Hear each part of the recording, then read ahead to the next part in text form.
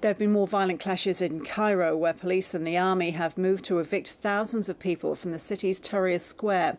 At least 2 people have been killed. Demonstrators are angered by the slow pace of change since the overthrow of Egypt's President Mubarak in February. Middle East correspondent Anne Barker reports.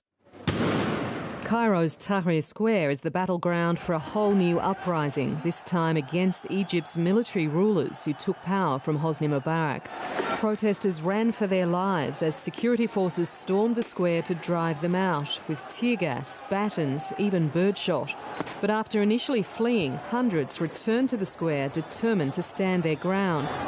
They are re-establishing the old regime, and we don't want the old regime. We don't want the generals of Mubarak. We did a revolution and we are continuing it. The army moved in to back up the police, at times resorting to brute force.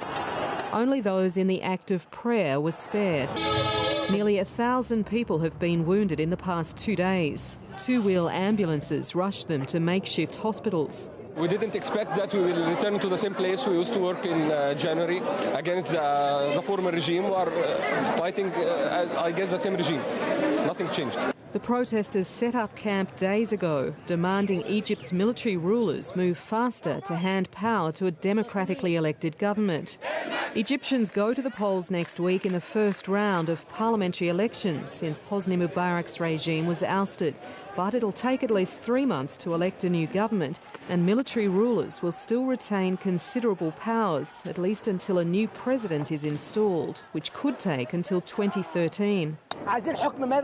We need civilian rule. We need a president that we're all agreed on. We need a constitution before the elections that'll get rid of the remnants of the previous regime.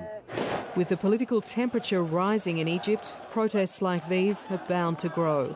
Anne Barker, ABC News.